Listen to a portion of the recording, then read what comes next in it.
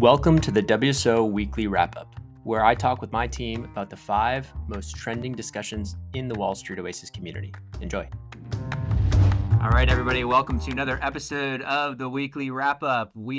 This is becoming more of a monthly wrap-up. Apologies to all you who do enjoy these, but Matt has some, 3 topics today we're going to talk about, Matt? Yeah, 3 topics. Forums have been hot. It's been a busy recruiting season. We know that January through to April. So first topic, we're going to kick things off with, guys, when did the recruiting get so bad? So a little bit of background here. Wharton grad just talking to the forums, giving his experiences on just recruiting this year. Obviously, Pat, you've gone to Wharton, so we're going to get your kind of feedback there in a bit. But let's hit Brian first. Brian, you want to get some insights? Let's welcome Brian, new face here. Brian, you want to give the listeners a little bit of background about your background?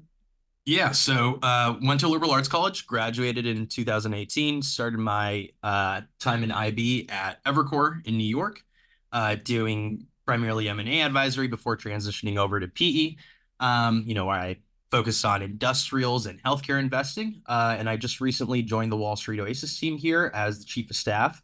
Boy, it's been a whirlwind. It's been about 6 or 7 weeks now, officially, I think. And look, it's been a lot of fun. I'm excited to be on the pod. Awesome. Right on. So let's just jump into it here, I guess, guys. So when the recruiting gets so bad, Brian, we'll hit you up first. Any insights on what you're seeing so far in the industry? I know we've been doing a lot of interviews with the academy, hearing some people's experiences, but just want to kind of hear what you're seeing in the industry from like a recruiting standpoint. Yeah, look, I think, 10 years ago when I was recruiting for the first time, I mean, this puts us back in like 2016, 2017, definitely pre-COVID, right? I think logically, you would recruit your fall junior year, right? So junior fall for your junior year summer internship seems logical enough, right? Now, having to pay attention to investment banking recruiting for the first time in like 6 or 7 years, I'm coming back to the game and realizing that now you have to apply as a sophomore spring student for your junior year summer internship. So nobody even knows if you've got a sophomore gig lined up. RBC opened in September, so fall. Sophomore year. Yeah, I was gonna say fall. I think that's fall time. And then December 4th, there was a rush of banks that came forward. I think it was Houlihan, Rothschild, a couple others already released. Now we have a whole host. Wells, JPM, all open right now. We're in January 11th right now. This is just crazy. Yep. Anyways, I think the thread itself, the discussion on the site, I think it was someone from Wharton that was a little bit upset, saying, this is not like a sure thing anymore. And then I think he didn't get that much sympathy in the thread, because I think there's a lot of kids from non-targets that would, give their left arm to be at Wharton, to have the on-campus recruiting that he has access to. I think one of the interesting comments that was actually ranked most helpful in the thread was about how there's a lot of banks outside the bulge brackets, elite boutiques, and a lot of people get kind of myopic and say, hey, I have to be at one of these, 10 banks or it's all a failure. And, I think this commenter rightly pointed out, like, sometimes you get paid more at these boutique smaller banks, and sometimes and almost always your work-life balance is better. But I don't know what your thoughts are on that. Yeah, no, I agree with that. I think it's just the expectations, but I think people don't even recognize how difficult it is to even break into the industry as a whole. Like, even when we have some of these interviews, I'm speaking with kids, and a lot of individuals want to hit the bulge brackets, which obviously is a good goal to have, but the likelihood of that happening is extremely small. I don't think people even just recognize that odds for anyone, even coming from top targeted programs, is only about 3% for the industry as a whole. So obviously, if we're not even looking into the bulge bracket space, that's going to get even incrementally smaller. So I think it's about establishing like those expectations. Obviously, yes, brand name is going to be a huge impact on people's CVs and just their careers in general. But I think the career in itself is a fantastic career. It gives you a lot of kind of exit ops in the future, but then also just the understanding that everyone has to start from somewhere. So even if it's not that top program that you want to get into, just getting into the field is going to be good enough as it is. Kind of get that experience after a few years, and you can always move up market. I think oftentimes people are a little bit too short-sighted in terms of where they want to be. But oftentimes just get into the role there, and then from there, obviously just moving up market after getting some years of experience could be helpful. But Pat, one kind of comment for you here, because I think it's obviously not as bad as when you graduated from Wharton. I know your whole story was, it was in 2008, obviously a very, very scary time for kind of trying to get into banking. Do you think some of these things that people are seeing now from like a recruiting perspective, not necessarily the timelines, but just like the competitive nature, where even going to Wharton is not guaranteeing you, like a top firm from like an investment banking perspective? Do you think that's more of a factor based off just the overall markets and the hiring markets there, or do you think it's just a function of just the increased competition, trying to break into the industry as a whole? I think it's probably a little bit more market related. Like when things are strong on the deal side, most Wharton kids, if they're somewhat prepped, are going to be getting pretty good offers from banks. Like it's pretty rare if they've done their work. There is probably a little bit of a function of it is a little bit of a function of like there's just being more kids that are prepped, especially from like state schools and non-targets. You see a lot more like IB workshops at like non-targets where they're really prepping these kids. And then more programs like, just WSO Academy. Like there's more kids that are ready that understand that they have to network early. Now that's offset a little bit for the function of like things moving so early. So you get, by shifting earlier and earlier and earlier every single year, what the banks are kind of doing is saying, hey, no, you have to have known about this your freshman year or your early sophomore year to even be competitive. And so I don't like it. It frustrates me because it gives us less time to actually make our own kids more competitive. But it's something that's just the reality. I don't see it changing anytime soon, and I don't think there's anything we can do to stop it. So. Yeah, and even just to add on to that, even though like the recruiting time frames have even been pushed up, I even think just from like a prep perspective, prep has to start now as early as your first year university, just simply around the networking side of things. If we know, spring of sophomore season, you're gonna be applying even to internships, those networking efforts have to come off the back of your first year of university. Realistically, your winter or sorry, that fall or that winter season. And realistically, it's just such an early time frame. So yeah, I just spoke with a 19-year-old who's a sophomore, has a 3.97 GPA at I think it was USC, and has part of a frat that's pretty well placed at like Blackstone, and he's stressing out because he's like, I'm behind on networking. I'm like, unfortunately, I have to say yes, I agree, you are behind. And like, it's just insane to have to say that to a 19-year-old that you need to get going because 90% of the banks are open. So cool. Let's move to the next topic. Yeah. Yeah. I was going to just jump here on the topic of insane. Another trending topic here I think is going to be funny. So instead of 19-year-olds prepping for banking, we had someone here 30 years old inheriting $1 million. So I'm going to start off with Brian here. Question in the forums was, what would you guys do if you inherited $5 million? 30-year-old. So I'm going to hear from you first, Brian. You get $5 million gifted to you. What's the first things you're going to be doing with that? I'd put it in a high yield savings account and go back to work the next day. T-bills. No, what are T-bills paying nowadays? Still 4% or is it 5%? What is that? I don't know, but money markets pay 5.5% still, I think. So. Yeah, exactly. The ethos there, right, and the thought process there, right, is like I don't think you qualify for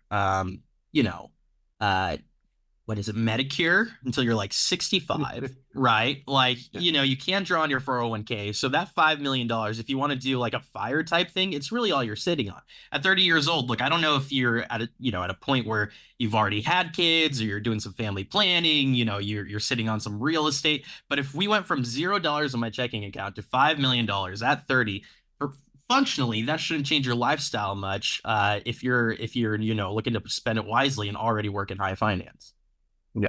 Yeah, I agree on that. Definitely think 5 million is not enough nowadays to be like smooth sailing into the sunset. But Pat, let's hear your thoughts on that. I think if you have kids and you live in California like me, forget it. That's table stakes. Just that you can't even get a large home for that around. You can't even get a home. Yeah, welcome to the lower middle class, buddy. Yeah, exactly. It's constantly getting squeezed, but yeah, it's kind of crazy. But yeah, I mean, if there were some comments in the forum saying, I could just retire off of this and stuff. And I think if you are looking to stay single, absolutely, I think you could have a very relaxing, cushy life. But I think most people will get bored, especially people that have that kind of finance personality where they need to be, they're actually happier when they're pushed and driven and learning new things. So I think as much as it is nice to kind of dream of sipping a cocktail on a beach and never doing any work in the future, it can be pretty boring and depressing. I think people overlook that, right? On paper, it sounds like a nice, but I think the hardest part too is even once you become successful, oftentimes I read about this, you find trouble trying to find other people to kind of spend that time with. So even say you're retired at 30 years old, for instance, like myself, if I was retired, I'm 30 now. What am I going to be like? Are you 30, Matt? Are you 30? Well, give me 4 more months. I'm gonna be Oh 30 my next god. year, and dirty 30s I'm is coming. fine. But yeah, no, it is. But just the point I'm trying to make, they're like, what would I do as an individual for after, say 2, 3 months of fun, I travel around a little bit. If I truly want to just say stop work, like what else am I gonna do? There's you got to find people to do things with. Stuff does get boring pretty quickly. I would also add on just to the context of this conversation. It will also depend on where the money's coming from. Let's say, if I invested invested in crypto or someone from some other area of the world that I get gifted this money, sure, maybe I might be a little bit more inclined to maybe want to just maybe spend a little bit just from like a fun perspective. But if it's like an inheritance from a family, I don't think I'm gonna go out and splurge. I think obviously be a little bit more respectful on where that money is coming from. That's how I would kind of change where I'd spend that. Definitely would have to like to have a little bit of fun, but not too much. And I agree with Brian's point. Definitely would have to start working again because especially with the family, gonna need some money to kind of survive there. Yeah. So I mean, I would personally take it and run away to a cabin in the Midwest, and you'd never hear from me again. Live a nice and quiet life. Me and my cat. But to each their own. And look, I think if you're already in high finance, like to echo Pat's point, right? You're somebody who's already a pretty driven individual. Likely will get bored pretty quickly. Yeah, agree on that. So let's get on to the third topic here, guys. This next one here, please tell me I look forward to PE. So I think obviously Brian, Pat, you guys are going to have some nice insight on this here. Essentially, topic on the forums here was individual coming from investment banking, working upwards of the 90 to 100 hour kind of time frame there, which is pretty common You in said the industry. 110 hours per week. Yeah, 110, which Pat, to your point, that incremental 10 hours is a lot when you're already doing like say that 100. I know that incremental level, I think you mentioned it around like the 70, 80 mark when each additional hour becomes that much more painful. But nonetheless, obviously this person is just looking to get some insights, is private equity going to be a bit of a better lifestyle? He's getting an offer into that. So just wanted to kind of hear you guys' thoughts or even just shed some light on the whole industry, given that you guys have both worked there previously. So we started with Brian last time. Pat, we'll hit you up first and then we'll go to Brian after that. Yeah, I was just gonna say, it depends on what PE fund you go to, right? I think Mega Fund PE has a pretty bad rep for good reason. They'll pay you bank, like you can be making 400 or 500 right out of banking, but they will grind you pretty hard. And so there was one comment here says, as someone who did the tough IB grind and works in Mega Fund PE now, I can firmly say that is worse. So I didn't give him much hope. And so I think it's really a question of like, the thing is you're making like life-changing money for a lot of people, in 1 year, 1 or 2 years. And so some people are willing to suck that up. It's just hard when you stack it right after IB. Yeah. If you had a rough IB stint. So Brian, I don't know what your stint was like at Evercore. At Rothschild for me, I was doing probably not 110, but I probably averaged like 80 plus, and it would scale up to like 110 on the worst weeks. Not working 110 hours, but like in the office 110 hours. Yeah, and look, this individual, he's coming from investment banking, going to Mega Fund PE. I would say, look, the hourly commitment there, might be plus or minus 10 hours, right? What it was in banking. However, keep in mind, private equity, the world of private equity is a much less forgiving environment than, being a 22-year-old analyst in investment banking just out of college. That's essentially, a training mill. And so, from that perspective, private equity tends to be a lot more stressful, right? The sleep that you are getting, you find that, your thoughts are more shrouded by, by stress and likely getting less REM sleep at night. And so private equity just fundamentally, things matter, right? And so it's a much more stressful environment.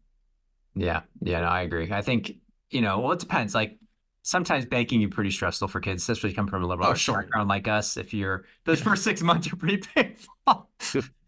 I remember, and I think, I had a different experience for PE. For me, was just actually, it felt like initially it felt like pretty lax compared to banking. Although I did get fired 3 months into my first PE gig, so maybe that's why. Maybe that was my mistake. So I think. In terms of actual, mega. There's a lot less guardrails too, right? I think that's the genesis of our course, the deals process course, essentially just providing that insight, because you'll hop into the PE realm of things and you don't have that oversight that you get in the IB world, especially as like that analyst and that associate. It's really just like here, and you're expected to kind of do things on your own based off. Yeah, I always joke they tell you when you can go to the bathroom in IB, and the PE they can ignore you and won't talk to you. So I mean, I guess there's a little bit of pros and cons in that front, I guess, depending on your learning style. But yes, if you do like that much more like systemized approach, or at least having that oversight to kind of be directing you forward, then might be a little bit of a learning curve ramp up there. But to end off this conversation, I guess at least a glimmer of hope. Does the PE industry, once you kind of get your feet wet there, get through 2-3 years in the industry, does it get a little bit better as you move the ranks in the industry, or do you think it's still difficult even if once you start getting to like that VP level and then even higher? I don't know if you have any thoughts on that. I personally take the view that, look, as you start getting above the associate level and heck, the senior associate and junior VP level, it actually gets worse. Because because right now you're having to actually answer the questions of a lot of portfolio companies, right? You're playing, you're wearing your CFO hat a lot more often, right? You're really the one quarterbacking each and every deal to make your partners happy, and as you get closer to that carry bucket, right, things become a little more stressful. But I would say, look, the flip side of that, right, is that fundamentally the work becomes more interesting, right? Knowing that you're somebody who's coming in from a principal investing perspective with skin in the game, right? It tends to be a much more intellectually stimulating exercise than your traditional IB M&A deal.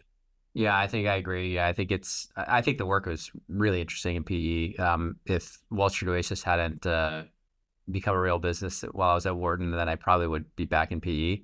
That being said, I think probably the worst part about the job, as you start getting carry and stuff, is probably just more the politics of the fund and trying to navigate that, because it can get pretty, elbows can get pretty sharp as you get higher up and everyone's trying to angle and be buddy with the certain partners, and there's these weird dynamics, inter-partner dynamics that you have to navigate and be somewhat savvy around that stuff. So it's not just like the intellectual exercise of like, is this a good investment or not? There's also what deals are yours, or is what partner are you kind of aligning with, and so that I think can add to stress as well. But yeah, no, of course.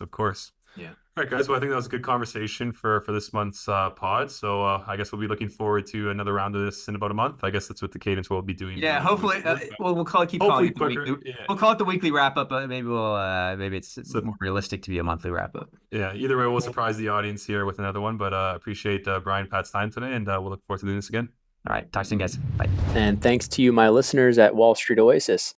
If you have any suggestions whatsoever, please don't hesitate to send them my way, Patrick@wallstreetoasis.com.